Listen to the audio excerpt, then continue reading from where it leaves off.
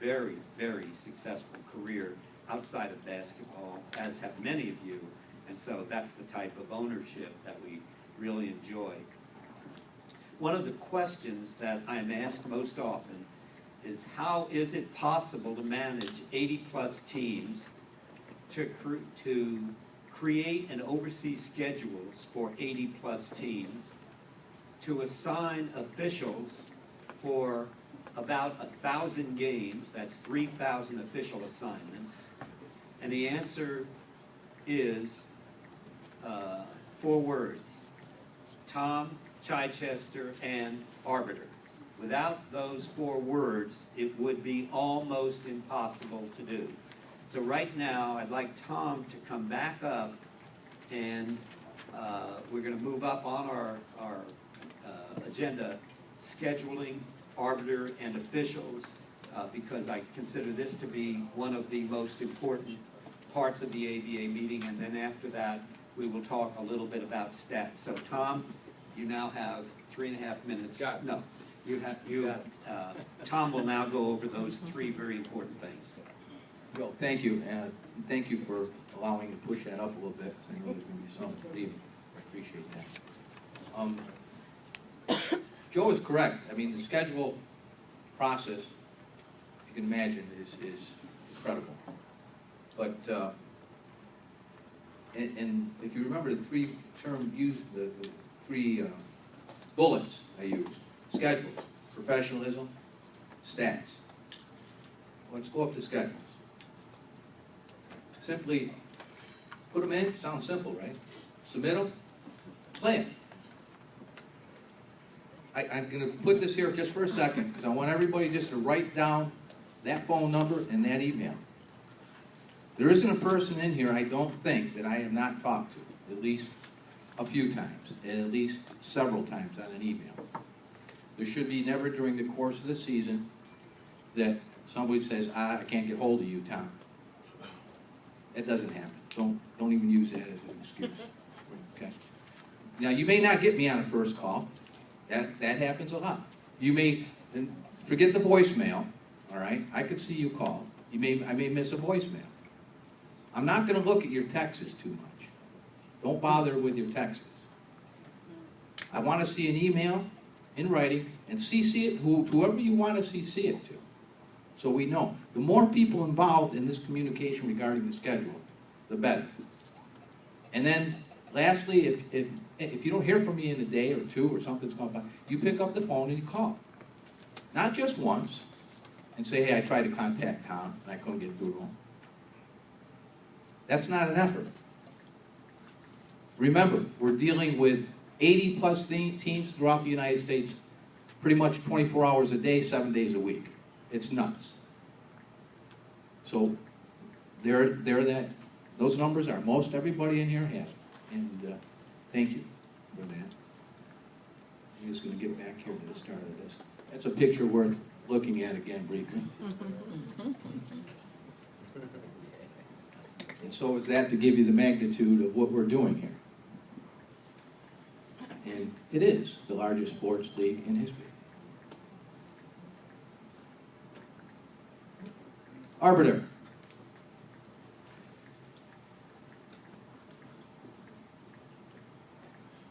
I'm just going to read through this briefly and try to keep going, and then we'll come back to some questions. You're going to be receiving some emails regarding schedules on the arbiter. All teams are required to send in the following information. We have to have you on the radar, okay? If I don't have you on the radar, I don't even know you're in the ABA. Okay, and we hear a little chuckle back there, but it happens. And there's a few people that are in here right now that I don't have on the radar. If you are not on this system, you are not in the league, period. This is our windshield. There's only one windshield we look at to drive this bus. Not your pocket schedule or your schedule you got posted on your website. I have no idea what that is. Joe doesn't have any idea what that is. In any league or any organization, there's one schedule. And that schedule is located on the arbiter. Okay, the information you'll need to get to me to get registered with all this, if you already haven't, okay, and we'll come back to it. But I need the official team name. What's your team name? Not NC or North Carolina or NCY, you know, it has to be the exact name, because that exact name is going to be listed on the document that you'll be receiving regarding the games, where to put your games down. Once you start plugging in your games, you're going to receive a document. Now, on that document will be a drop-down list. It'll have all the teams, but it has to, I have to have the correct name so I could make that document. The name of the venue, you need that. You need to know where it is, the location, the zip code. Why the zip code? Easy, because when everybody gets that game assignment or the other teams are looking up stuff, boom, they put the zip code in there. Now we can tell distances, how far it is from point A to point B. This thing does a magnitude of things. So the information we're asking for is all information we need for operations. Team owners, coaches' names, person who will be responsible for the daily coordination and communications with their league schedule that is turned into the arbiter. We have to know who that person is. We have to be able to contact them anytime during the day.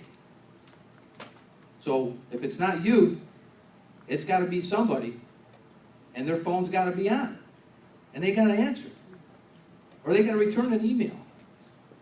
Okay? There isn't one during the course of the season. Within 48 hours, if you send me something, you're going to hear back. Now, if I could do it with 90 teams, you could do it one-on-one with each other, with me, with Joe. Okay? We aren't asking you to do the impossible here. Schedules, professionalism. Okay, here's the listing here that you'll see. And it'll come to you, just jot this down. I'm going to send this out to the regional chairs, and I want the regional chairs to distribute it. But most everybody, I think, in this room we have right now. But again, the information we need to get you on our radar: team name, team location, city, state, zip, team owners, phone, email, team schedule, coordinator, phone, email, general manager, phones, and so forth. And you see there. And we need those to be current. Okay, make sure, please, they're current, because there's many emails that I have in the system, and people, I get a phone call, Tom, I called this number, Tom, I emailed that person, got back, nobody home, no answer, whatever. Okay, just make sure it's current. Now, the only capability you have in the arbiter to change anything, once you get into the system, is that. You could change and update your personal contact information. Every team in here, every team throughout the United States is in the arbiter. You're looking for a number, click contacts. It's there. If it's not there, you call me. Simple.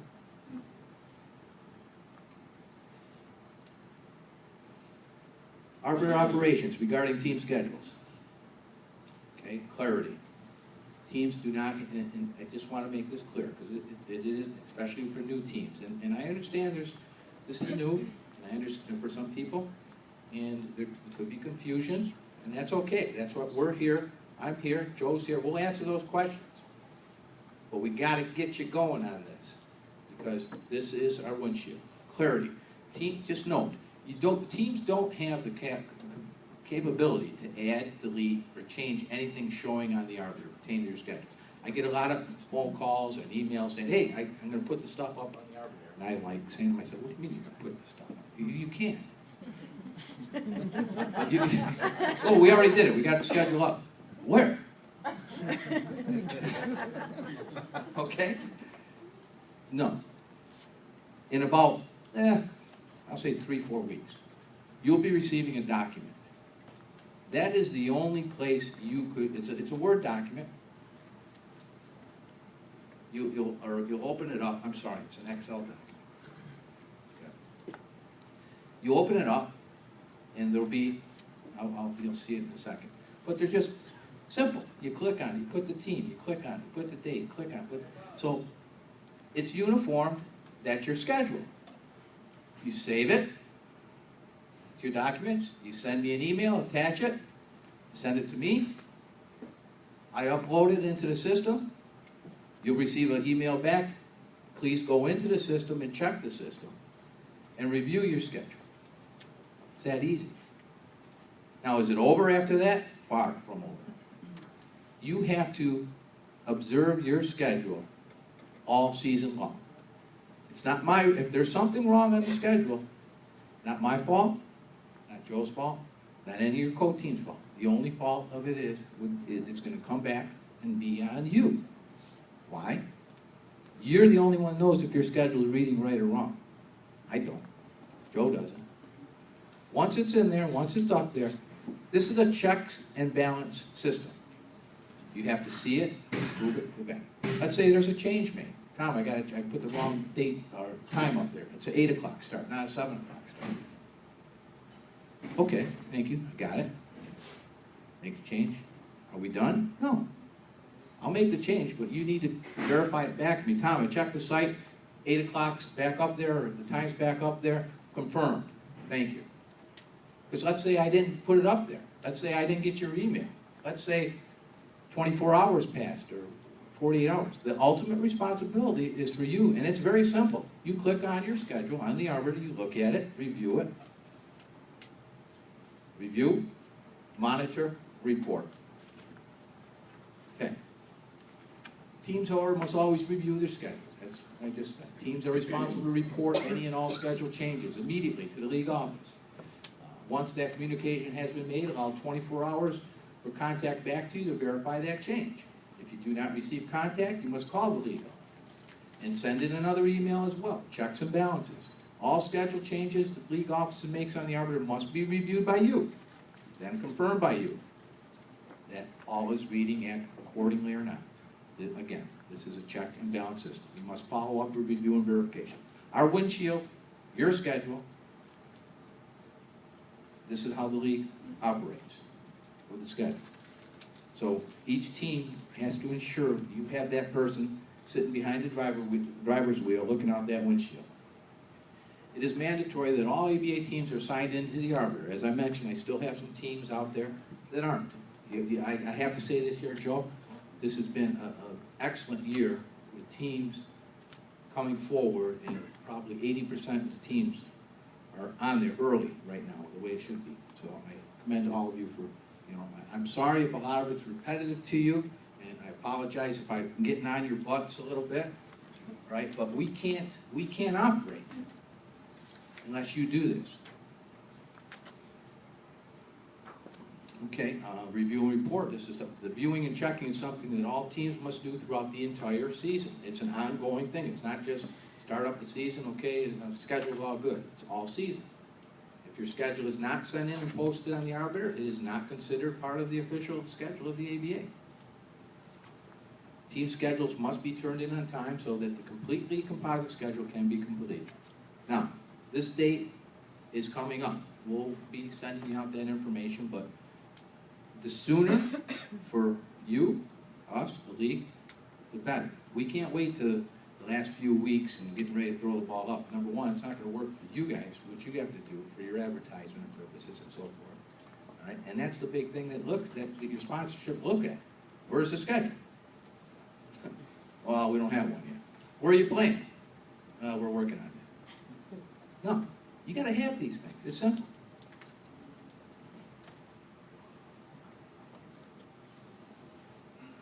The form you'll get, the document you'll get doesn't have the grids in it, but these are all that I need from you. Okay, it's really easy.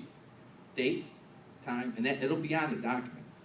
The sport level, there's a little button to the right. You click it, it just will put ABA in there. Home team. There's a button that's located right up here. It's a drop-down box. You just click that. Every team in the league will be on that list. What do? Home team. Click your team. Away team. Another drop-down box. Click it. Zoom. Who are you playing? Click it. You don't even have to type it. Modern technology. I was kidding with Joe. I said, we had a presenter up here talking on apps. These apps with Joe, all this. I said, what a change. All this way to communicate and way to advertise. I said, when we started in 2000, I don't even think the word apps was invented, was it? Joe looked, he goes, no. All right. Again, pretty simple. That's what you'll receive from me on a document. And all I need for you to do is accurately fill it in. Because if it's not accurately filled in, when it's uploaded, it'll mess it up. And I'll have to call you back. And it's wasted time. And again, just thank you for doing your part. We need everybody to do their part, because this is a group effort. And for doing your part to ensure that we have 100% schedule accuracy 100% of the time this season in the ABA. And I want you to pass this information on to teams within your division that may not be here today, may not understand that. So when they start talking to you on the phone, you could tell them, well, what do you mean? That's not what you do. Okay? Spread that word. It's simple stuff, and we just need to make sure everybody's pointing in the right direction. If you have any questions, again, in doing this or signing in on the system, please contact me, okay, at this office. Again, you have my email, you have my phone number. This is our windshield. We got to have you in the driver's seat with us. I'm not going to go over reviews because I think we were very thorough with that understanding. And I will send this forward, this information forward. Joe, as far as, one second.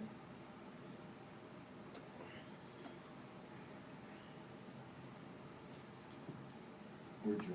There you are. I didn't stop at this point? Okay. The next part of this is ABA officials. Tom came to me from Tom Izzo, who is the head coach of the Michigan State Spartans, and reached out and said, you know, who would be the best person to run the ABA officials program. And that's where Tom came from. And in that period, he's put together 300 officials. Now, I can honestly say that I know of no one that thinks the officials are absolutely the best in the world. And I hear constantly. But what a lot of people don't realize is that our officials are truly ABA officials, and that there are clinics that are held by Tom regularly every single year, training these officials on ABA rules. They operate for not a great amount of money. Most of them, if not all of them, are Division I officials, and that when they're not doing an ABA game, they are doing a Division I or Division II, Division III game. They are thoroughly trained, and they are the best they can be. And when you think about it, our players, if our players were 100% absolutely, totally fabulous, they'd be in the NBA. And if our coaches were 100% fabulous, always right, they might be in the NBA or Division I themselves. So for anyone to think that our officials have to be flawless and never make a mistake and never make a bad call, we don't have instant replay, but even with the high price of the NFL and Major League Baseball and the NBA and the NHL, the officials make so many mistakes that they have to spend tens of thousands of dollars with instant replay to prove that they are fallible, and so are ours. So one of the things we have to recognize is that an official can make a mistake. Our officials are not biased, even though in many cases people believe they are, but the fact of the matter is they are thoroughly trained, and we have internally as good a system for evaluation of our officials and evaluation of the game day product that you can imagine. And people have always said, Joe, how do you know so much about what's going on? But the head official provides Tom with a very extensive report that covers every single solitary aspect of the game after the game. And when we see an anomaly or we see a problem, we are on it very quickly. But I have to tell you that over the years, the number of disputes and the number of problems we've had, you can count virtually on your left hand. And so I'm on Tom just to talk for about 5 minutes about the ABA game, and then a couple of minutes about where his officials are and who they are, because I'm really proud of the ABA referee program. Thank you, Joe, for your kind words. And Joe is correct. And as far as the NBA, the NFL, Major League Baseball, professional sports, consider this a good bang for your buck. Okay. There's mistakes. There's hated officials. There's people that they feel they shouldn't be, and they pay millions of dollars for that. Right? This program here with the ABA is professional, quality. They're there for you. They work. They get everything right and know. To the guys that work in the NBA, they get paid hundreds of thousands of dollars, get everything right. No. There's a minimal amount of money here paid. The fees went from way up here to way down here. We're at the bottom line of where being able to attract. You know, we used to have a staff of all Division I officials. We don't have that anymore. Okay. Guys are making $1,500 a game each working those games. Guys in Division III are working $200-300 each working those games. So we're a secondary league for that purpose, and that's good. Okay, because they're working their games. The ABA is helping developing skills, newer officials. So we're now from the ground here building upward. We have to attract the newer official. Okay, because and I'm glad, because we've helped move guys to major college basketball, and they'll testify to the fact that, weren't for the ABA, I wouldn't have been able to do this. So that's the good part of the program. Just like you're trying to train up your players and have them go as high as they could go as players and coaches, the same program is here in the ABA officiating program. And so when I say you're getting a good bang for your buck, you are. And there's protocols. There's systems. I'm not here to protect the official. I'm here to protect the league. I'm here to protect a situation. Will I stand up for official if somebody's throwing false accusation? Darn right. And they'll be turned right back around on you and say, hey, shh. If you got something, follow protocol. If you got something, send a tape. I'm not going to listen to rant and raves. We have a 12-hour policy. Don't call till 12 hours after the game, unless it's emergency. It's a cool-off period. Nothing's going to be accomplished with conversation. Okay? Leagues have it. They have it in other leagues as well. But I'm not here to get into all that, but I just want you to know, as owners, you got a tremendous program. We're where we're at. I had a great conversation with North Carolina. Just really, they asked me about this and that, and I explained some things to her about where we're at, trying to build up on the program. We're at the bottom rung here, so to speak, and trying to develop because of fees. We've come down to make this thing work. Again, we started at $1,500, 12, 9, 10, 8, 7, 6, 5, 4, right? And we lost 75% of our staff, just to give you some perspective. They say, I'll go do my high school game around the corner and stay home, and I'll make more than that. Okay, so that's what I'm dealing with. That's what we're dealing with. So we're training. So you, as owners, coaches, and general managers, need to understand this, where we're at, and be very thankful that, hey, it's a league where, Joe said it, even with that being it where it is, I think during 15 years I could count 5 major situations that happened. I don't think the NBA could even do that. All right, that's saying a lot. Not for the, I'm not giving all the credit to the officials, but we do have an aspect where there should be no nonsense. It should be basketball. And the same protocols. And this sportsmanship and code of conduct has to start at the top and work down. Because you could have the 3 top guys that did the NBA Finals on your game. All right? And if there's not an understanding between the owner, the coach, and your players that, hey, you can't go out there and just go crazy and think those 3 referees are going to handle it? No way. No way. So just a little perspective, and I didn't want to get too far deep in that, but just understand that as a group here, as ABA, we have that professionalism. It's a corner block of this league. Not only they do that, they call you, they double check on your schedules, they call back, they report in things. Okay, they do a lot. And again, this is for the benefit of the league. Do they get everything right? Are they the best officials around? No, they aren't. But they're damn professional and dedicated to see this league work. And if there is unprofessionalism, that won't be a thing to be tolerated. Just like you won't with your players. You'll tolerate mistakes. Everybody makes mistakes. They don't make all their shots. They don't follow all your plays. They don't do everything right.